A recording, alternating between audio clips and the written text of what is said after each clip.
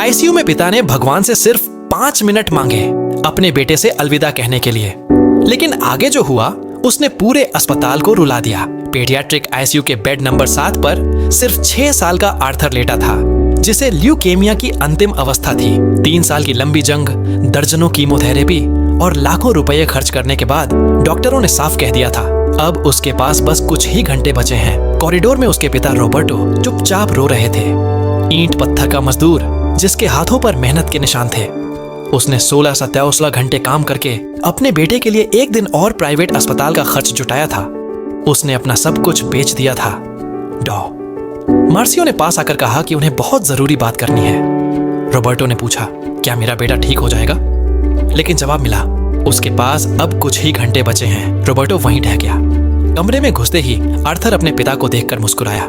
पापा, मुझे डर लग रहा है। उसकी कमजोर आवाज ने रॉबर्टो का दिल तोड़ दिया। डर मत बेटा, पापा यहीं हैं। पापा, क्या मैं आपसे एक चीज मांग सकता हूँ?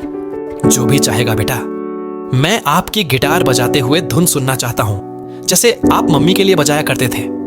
रॉबर्टो ठिठक गया। आर्थर हमेशा गिटार सीखना चाहता था, लेकिन न समय था न पैसे।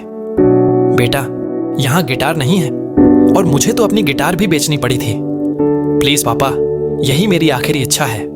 पिता दौड़ पड़े। अस्पताल के गलियारों और बाहर की सड़कों पर लोगों से गिड़गिड़ाकर गिटार मांगने लगे। लेकिन जब लौटे तो देखा आर्थर अब इस दुनिया में नहीं रहा। घुटनों पर गिरकर रॉबर्टो ने भगवान से प्रार्थना की, हे प्रभु, कृपया मेरे बेटे को उसका आखिरी सपना पूरा किए बिना स्वर्ग मत ले जाना। 9 घंटे तक वे अपने मृत बेटे को सीने से लगाए रोते रहे। डॉक्टर और नर्सें हिम्मत नहीं कर पा रही थीं कि उसे बेड खाली करने के लिए कहें। अंधेरा हो चुका था। रॉबर्टो ने धीरे से कहा, पापा ने कोशिश की बेटा। तभी एक आवाज आई, कोई बात नहीं पापा। आर्थर मुस्कुराता हुआ बोला, मैं बस आपकी धुन सुनना चाहता था, जैसे जब मम्मी जिंदा थी। रॉबर्टो की आंखों में आंसू चमकने लगे। उन्हें समझ आया भगवान ने उनकी प्रार्थना सुन ली थी। आर्थर ने फिर कहा, ठीक है पापा, मैंने यीशु को देख लिया। मेरा नया घर बहुत सुंदर है। यहाँ न दर्द है न तकलीफ। लोग बहुत खुश हैं। रॉबर्टो ने कार्डबोर्ड से गिटार बनाई और बेटे के लिए गाना गाने लगे। आर्थर मुस्कुराता रहा। तभी एक बुजुर्ग व्यक्ति असली गिटार लेकर आया। रॉबर्टो ने बजाना शुरू किया। नर्सें और डॉक्टर दरवाजे पर खड़े होकर रो पड़े। आर्थर की आंखें चमक रही थीं।